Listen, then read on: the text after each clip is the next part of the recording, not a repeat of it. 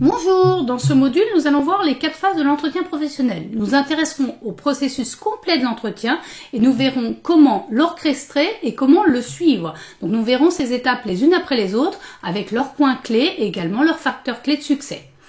Bien entendu, il ne faut oublier aucune de ces étapes pour s'assurer que l'entretien se passe bien.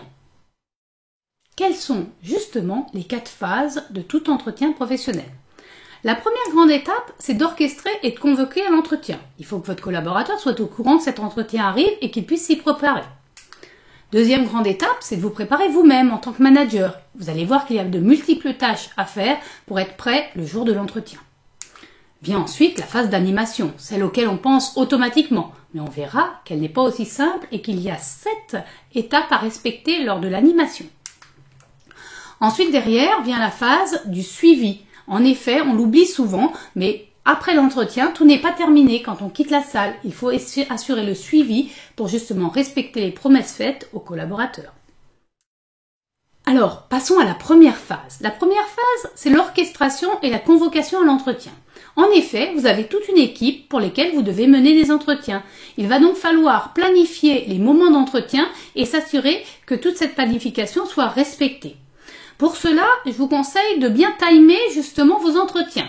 Il faut veiller à ce que chaque entretien dure entre 30 à 45 minutes et ensuite se prévoir un petit temps entre les entretiens. En effet, je conseille une quinzaine de minutes pour bien rédiger votre trame d'entretien, prendre des notes et pourquoi pas laisser un peu plus de temps à un collaborateur qui voudrait approfondir certains sujets. Ne frustrez pas vos collaborateurs en ayant le suivant qui est soit derrière la porte.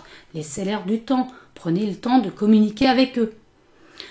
Autre grand point, réservez un espace propice pour l'entretien professionnel. En effet, il vous faut un endroit tranquille, au calme, avec un respect de la confidentialité. Oubliez l'open space. Oubliez aussi vos téléphones portables et demandez à vos collaborateurs de l'oublier également. Il faut que vous soyez en pleine phase de communication et que rien ne vienne interférer. Montrez bien d'ailleurs que la salle est occupée, que personne ne vienne vous embêter pendant ce temps-là. Il faut veiller à ce que le moment soit le plus tranquille possible et le plus propice à communiquer avec votre collaborateur. Enfin derrière, n'attendez pas le dernier moment pour gérer ces entretiens. Il n'y a rien de pire, justement vous allez bâcler la chose et mal orchestrer la chose. Comme il s'agit d'un moment important, j'ai prévu de vous faire un petit exercice parce que l'orchestration est l'une des clés de succès justement des entretiens professionnels. Pour ce faire, je vous emmène au cas de Vectir, dans notre fameux cas fil rouge. Vous allez devoir orchestrer les entretiens de votre toute nouvelle équipe dont vous venez de prendre la main en tant que responsable de magasin. En effet, ils doivent, dans le mois à venir, passer tous en entretien professionnel. Et c'est à vous d'organiser ces entretiens. Je vous demande donc de me faire une planification sur 20 jours ouvrables de qui passe son entretien, le tout bien sûr en vous assurant qu'ils peuvent être présents ce jour-là du fait de leur planning et aussi que cela correspond aux horaires d'ouverture du magasin. À vous de jouer, je vous laisse le faire dans le cadre de la semaine et de m'envoyer les informations, nous pourrons en discuter lors du forum. Passons ensuite au sujet de la convocation à l'entretien professionnel. En effet, cette convocation est essentielle. Elle informe le collaborateur qu'un entretien va avoir lieu. Il est donc aussi intéressant qu'il sache quel est cet entretien, quels sont les objectifs de cet entretien. C'est pas obligatoire de le noter, mais je vous le conseille. Les collaborateurs n'ont pas encore acquis ce qu'est l'entretien professionnel. C'est tout nouveau pour vous, mais c'est encore plus nouveau pour eux. Donc laissez le temps et donnez-leur l'information pour qu'ils le comprennent. Envoyez cette convocation suffisamment à l'avance. Je conseille fortement une dizaine de jours au moins pour que le collaborateur puisse se préparer, réfléchir à ce qu'il va vous dire. Précisez-lui bien sûr sur la convocation l'heure et le lieu du rendez-vous avec toutes les informations, quel bâtiment, quel endroit, quel étage, etc. Il est intéressant aussi de mettre une durée pour que l'individu puisse calibrer un peu ce dont il va vous parler. Et puis, sachez que bien sûr, cela se fait dans le temps de travail impérativement et donc à ce titre, le collaborateur sera rémunéré comme toute heure dans le temps de travail. À ce moment-là, il faut fournir un certain nombre d'informations à votre collaborateur. Première information, rappelez-lui les objectifs de l'entretien. C'est essentiel, il en comprendra mieux les tenants et aboutissants.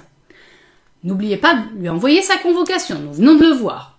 Je vous conseille fortement aussi de lui transmettre un modèle de trame et de lui donner les informations sur les points clés qui seront abordés. Cela lui permettra de mieux se préparer et d'être beaucoup plus à l'aise dans votre communication et dans l'identification de son projet professionnel. Vous avez demandé à votre collaborateur de se préparer, mais vous, est-ce que vous êtes préparé pour cet entretien professionnel? C'est important, il faut prévoir du temps. Il faut d'abord prévoir du temps pour bien identifier ce que vous allez lui transmettre. Parce qu'il y a des informations, c'est vous qui allez les lui donner. Il faut lui donner de la visibilité sur ce qui va se passer dans votre entreprise, dans votre secteur d'activité, mais aussi dans votre équipe. Donc à vous de réunir toutes les informations sur les objectifs de l'entreprise, la stratégie d'entreprise, les objectifs de votre service, les évolutions de votre secteur d'activité, éventuellement de votre zone géographique. Tout ça, le collaborateur doit le savoir pour pouvoir se positionner et savoir comment ça va, quels vont être les impacts sur sa vie professionnelle à lui. Et ça, c'est votre rôle de manager de les lui fournir lors de l'entretien professionnel. Donc ça, encore faut-il prendre le temps de les chercher. Il faut aussi que vous fassiez un point sur où il en est.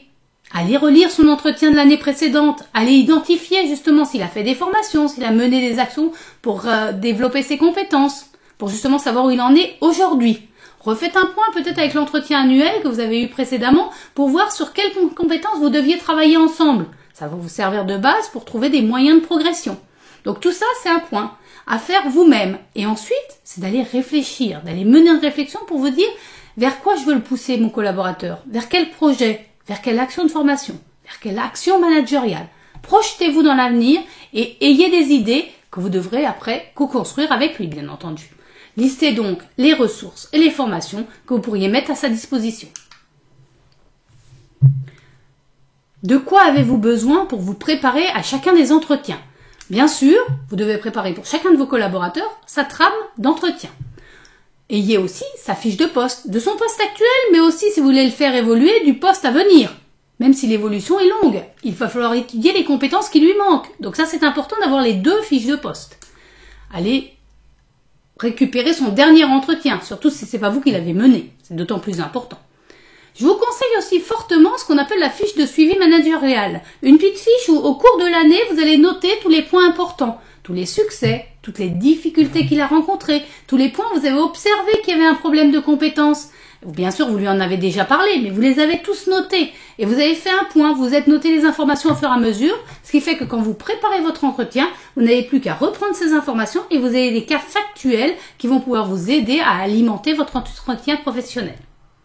Enfin, dernier grand point, je vous conseille d'avoir avec vous ce qu'on appelle les fiches pratiques. Les fiches pratiques, ce sont des petites fiches de synthèse qui vous parlent des différents dispositifs de formation, mais aussi des différents dispositifs de GPEC.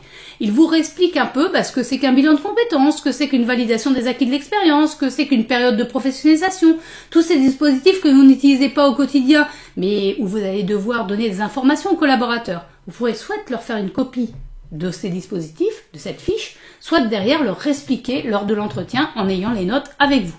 Donc ayez-les, ça fait partie de la boîte à outils du manager lors de l'entretien professionnel.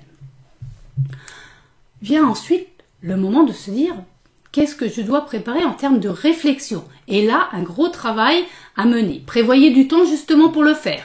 Il faut que vous identifiez justement où est-ce que vous voulez envoyer votre collaborateur. Quels sont vos projets? Va-t-il rester à son poste? Si oui, sur quel point doit-il progresser? Doit-il changer de poste? Doit-il devenir plus polyvalent? Tout ça, c'est à vous de le définir. C'est vous le manager, vous en connaissez les tenants et aboutissants du service. Vous savez par exemple que quelqu'un doit partir en retraite. Tout ça, vous devez le savoir. C'est vous qui allez justement le pousser vers les choix, les bons choix. S'il en est d'accord, bien entendu. Il faudra qu'on construire. Vous allez donc devoir aussi identifier pour chacun des collaborateurs sur quelles compétences on va travailler, sur quoi on va partir pour aller développer votre collaborateur. Ça va vous permettre de décliner des actions de développement et éventuellement des programmes de formation à mettre en œuvre. Donc tout ça, c'est à vous de l'avoir déjà préparé. Il vous faut des idées quand vous arrivez dans l'entretien professionnel. Vous ne construisez pas ça sur le tas. Vous avez déjà votre propre idée. Lui aura les mêmes et vous allez confronter les deux et co-construire le projet final. Vient ensuite le dernier point. Vous le connaissez un peu votre collaborateur. Vous savez qu'il va bloquer sur tel point. Donc à vous de vous dire, il va pas être d'accord sur tel point. Je prépare l'argumentaire pour justement être prêt le jour de l'entretien. Mais ça, nous y travaillerons lors d'un prochain module.